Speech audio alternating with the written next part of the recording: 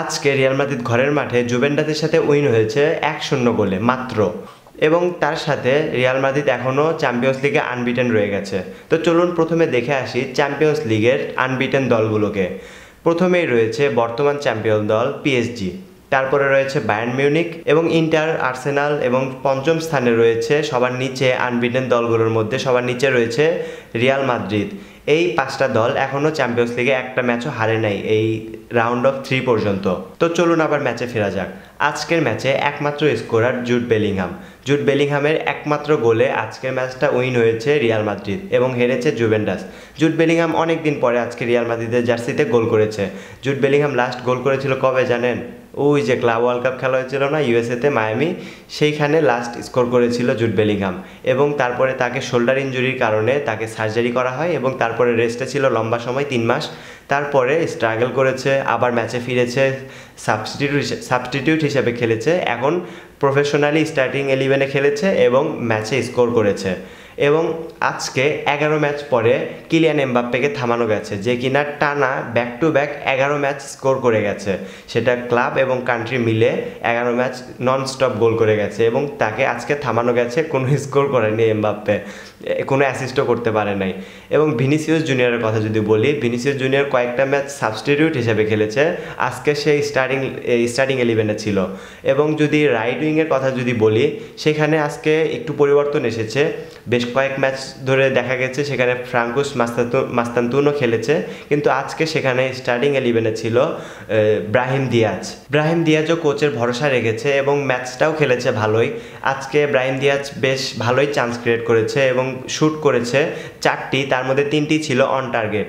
এবং তারপরে যদি সোয়ামিনির কথা বলি, মিডফিল্ডে সোয়ামিনি আজকে ম্যাক্সিমাম শটগুলোই অন টার্গেটে করছিল, কিন্তু বেশ কয়েকটা শট বাইরেও গেছে।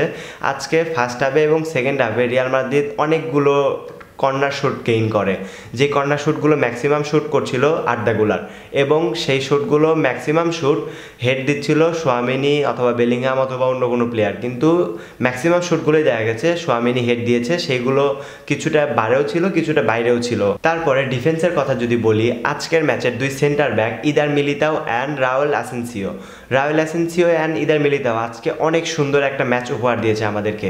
এই 2টা ডিফেন্স যদি আজকে না থাকতো তাহলে আজকে মিনিমাম রিয়াল মাদ্রিদ 3টা গোল হজম করতো, 3টা অথবা 4টা, বেশিও হইতে পারে, বলা যায় না।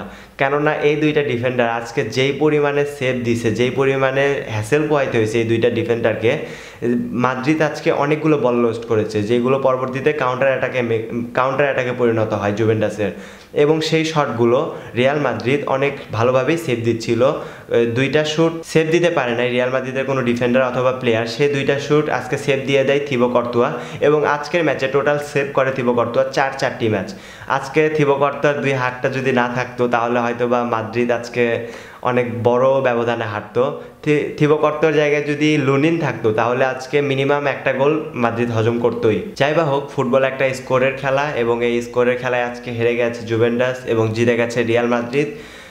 এই আজকে চ্যাম্পিয়ন্স লিগটা রিয়াল মাদ্রিদের জন্য ভালোই ছিল বলা চলে, কিন্তু এমবাপ্পে যদি একটা স্কোর করতে পারতো তাহলে পার্সোনালি আমাকে অনেক ভালোই লাগতো, কেননা এমবাপ্পে কন্টিনিউয়াসলি 11টা ম্যাচ স্কোর করে গেছে। যদিও তার আগে একটা ম্যাচ স্কোর করতে পারে নাই, কিন্তু তার পিছনেও আরও 4টা-5টা ম্যাচ সে কন্টিনিউয়াসলি স্কোর করে আসছিল, যেখানে মাঝখানে একটা ম্যাচ গ্যাপ গেছে। কিন্তু আজকের ম্যাচটা যদি টোটালি বিবেচনা করেন তাহলে আজকের ম্যাচে আমার প্রেফার অনুযায়ী আজকের ম্যাচে সবচেয়ে ভালো খেলেছে রিয়াল মাদ্রিদের হয়ে আর্দা গুলার, যে কিনা সবচেয়ে ভালো রেটিং প্রাপ্ত একটা প্লেয়ার আমার পার্সোনাল মত অনুযায়ী। যাই বা হোক, এটা আমার মতের সাথে তো আর ওখানে রেটিং মিলবে না, কিন্তু আজকে আর্দা গুলার অনেক ভালো পারফর্ম করেছে। এই টপিকটা বাদ দিই, নেক্সট চ্যাম্পিয়ন্স লিগের খেলা লিভারপুলের এগেনস্টে, সেই ম্যাচটা খেলতে হবে অ্যানফিল্ডে গিয়ে, লিভারপুলের হোম গ্রাউন্ড অ্যানফিল্ড, সেখানে গিয়ে রিয়াল মাদ্রিদকে খেলতে হবে।